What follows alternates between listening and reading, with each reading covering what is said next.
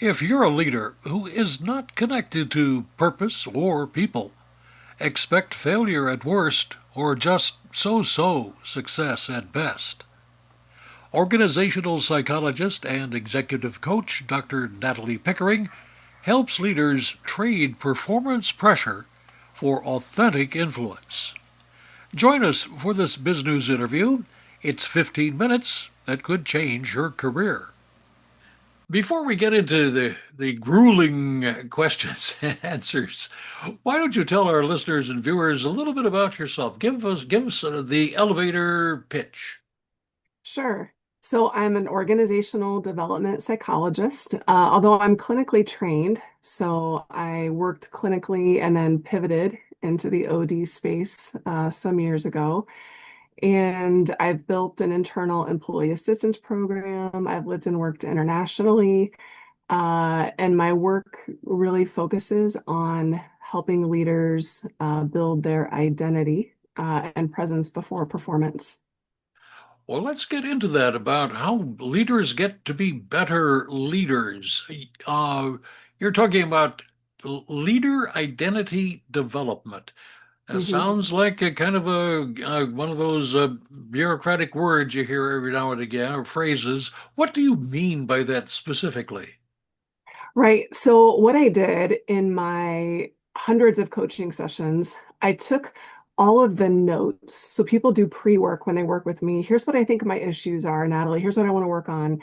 Then I compared them to my notes on what we really worked on. And this identity clarity idea came up time and time again.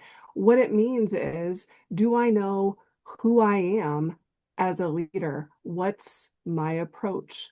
And if leaders don't have that alignment, we're not getting max performance. So any of those KPIs that we're talking about in the leadership space, we're not remotely touching them in a way that we could be. Which brings up a kind of a weird question. How do you actually measure leadership, besides knowing a leader when you see that person? Sure. So when we're talking about identity, we're really talking about alignment. So, I mean, leadership, we could measure the competencies. We've got tons of assessments for that. How do you communicate? How do you make a decision? How's your emotional intelligence? All of those can be, I'm a psychologist. We love to assess things, pick anything. We've got a test for it. When we're talking about identity, we're primarily looking at alignment. What's the story that I'm telling myself about how I show up as a leader? And what is people's perception of me as a leader? So it's twofold, the story I'm telling myself and my reputation, how other people experience me as a leader. How do you get an honest assessment from the leadees, if you will, if they're being asked to assess their boss? Right. So, we have tools like 360s that have pros and cons to them. The leaders who are most successful with me and this concept of leader identity, they self-select into this work. In the book, I talk about examples, and there's the petrified forest leader. And what we see in the research is that as leaders go higher and higher in their development and they get bigger and bigger roles, often what happens is they aren't as open to growth. They aren't as open to their own development. They may say, "Oh, Natalie, just come work with my team, or just come work with my mid-levels, or just come work with our frontline." So I call that the petrified forest, not to be confused with the swamp, which is a really muddy leader identity, right? I don't really know who I am. I show up differently at this meeting than I do at this meeting, or people don't really know what decision I'm making. So there's this spectrum of extremes in leader identity, both hurtful for the leader and the followers. When a company or organization decides to call you up and say, Natalie, come work on us, and we're going to pay you good money, how do you measure the success there when you are working one on one with people? What do you do to make them better leaders? So I'm always starting with baseline assessment, right? We have no idea where we're going or how we get there if we don't know what the baseline is. My preference, for example, if I'm working with a team and I may have a CEO reach out to me, it might be a churro, it might be, someone on the executive team, but we can use objective assessments. I prefer a conversation. So we can use all of those objective things, even when I'm teaching and training new leaders in their role. I remind them your best assessment is a conversation. You have something in your curricula, if I may use that phrase, that you call the four A's. You're not talking Mhm. about a 1960s rock group, are you, by any chance? No, but if you have a favorite, we could pivot to that. No, probably perhaps you could spell out what are the four A's. Absolutely. So we start with awareness, and this is EQ 101, starting with self-awareness. How do we do that? Then we're moving into, at the end, we have authentic activation, and in between, we have assimilation. Um, and I have forgot my second A. But we start with awareness and then assimilation. Once you know, right, what's my leader story? How did I get here? What's influencing me? Then what do we do with that, right? And sometimes leaders, this is where my clinical training comes into play. My clinical specialization is actually in post-traumatic stress disorder and moral injury. I see that a lot in the leaders that I'm supporting. There's this debris that has happened in their story and it's holding them back.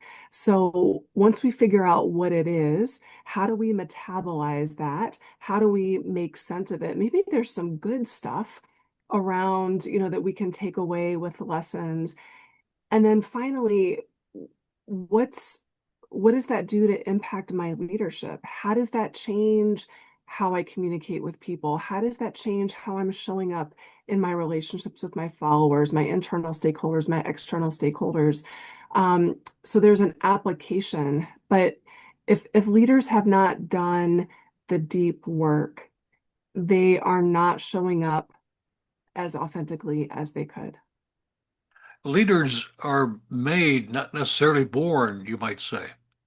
I very much believe that. I also believe that anyone can be a leader. The research is clear, historically extroversion has been prioritized when we're hiring for certain leadership situations. There's also, and the research backs this up, that charisma equals competence. That isn't always the case. So we may be missing, right, just based on personality, this incredibly competent leader. We can teach all of those skills. We can teach all of those competencies. It also depends on, on the position and what we're hiring for. But I absolutely believe anyone can lead. Their best leadership is context dependent, right? So we do need to kind of get a little more granular there. But yes, that's one of my premises. One of the things that we have seen in business, certainly in the business I was in television and radio, is burnout. Oh, how do you recognize that when you come in? Are these people burned out or are they just on a plateau, so to speak, and they could be developed from there?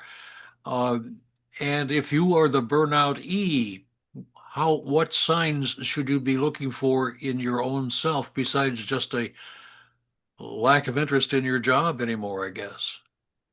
Yes, this is what a lot of people come for coaching on individually. There is, I think, a frog in the kettle element with burnout. It, gradually is hurting people over time. The one thing about burnout, there are individual factors we can address. So, the three dimensions of burnout are emotional exhaustion, just sheer, I am done, depersonalization, which is, feeling disconnected from the work. and then this loss of efficacy, which is, nothing I'm doing really is dialing the needle anymore. Nothing I'm doing really matters. Um, I think when we're talking about burnout, it's often relegated to an individual issue, right? Hey, Dr. Pickering, can you come fix this person who has burnout? I think we also need to be asking, hey, organization, hey, system, hey, team, why are you burning your people out? Right? What are the systemic organizational factors that may also be contributing, right? So it's a two-part question. Yes, I want to work with leaders who are struggling with burnout. There are ways that we do that. It kind of depends, um, on their personality. We do some assessments for that. But then we also have to ask the question, what are these system organizational factors that may be contributing to this burnout?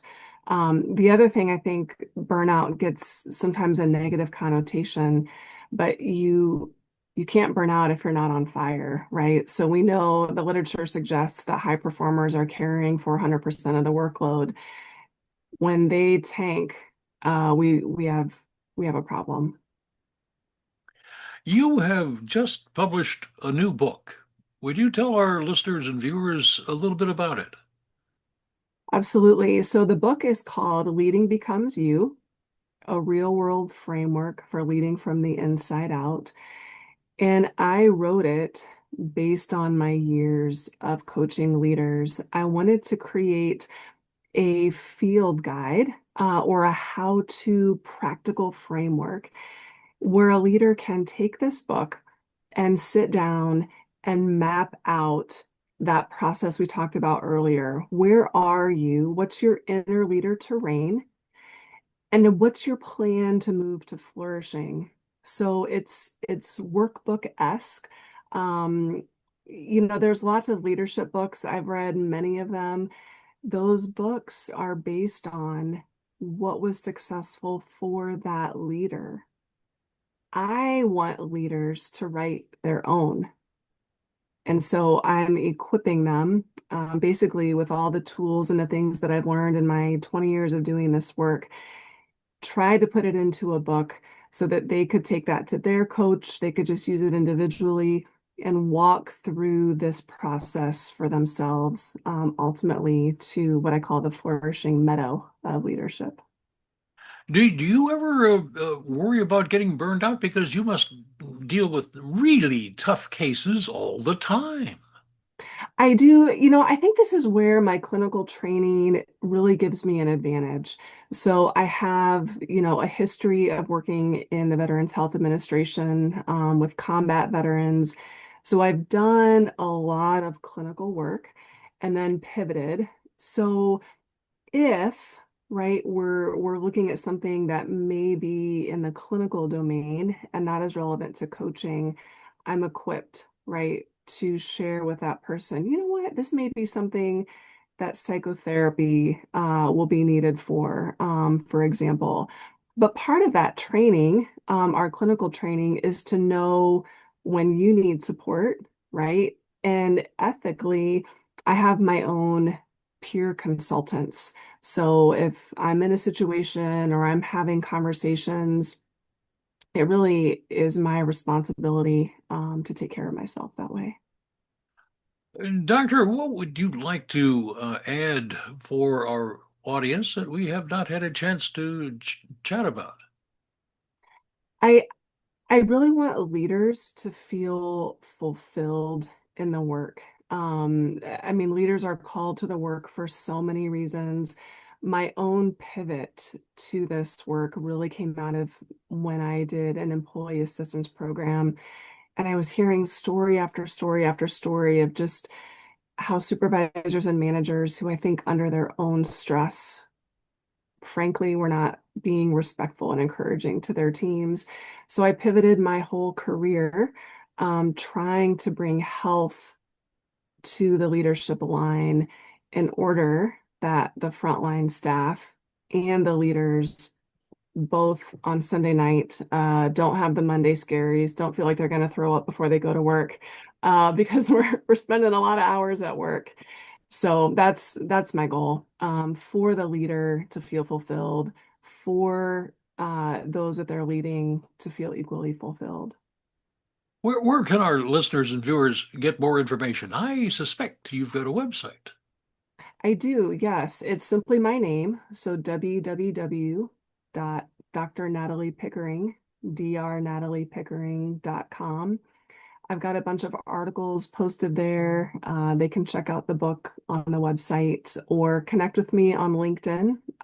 It's the same, Dr. Natalie Pickering. Ms. Pickering is the founder of the Becoming Institute, a leadership development firm based in Johnson City, Tennessee. She's also author of the new book, Leading Becomes You, a real-world framework for leading from inside out. Thanks for watching or listening. We'd like to hear from you. Write to us at editor@biznews.com.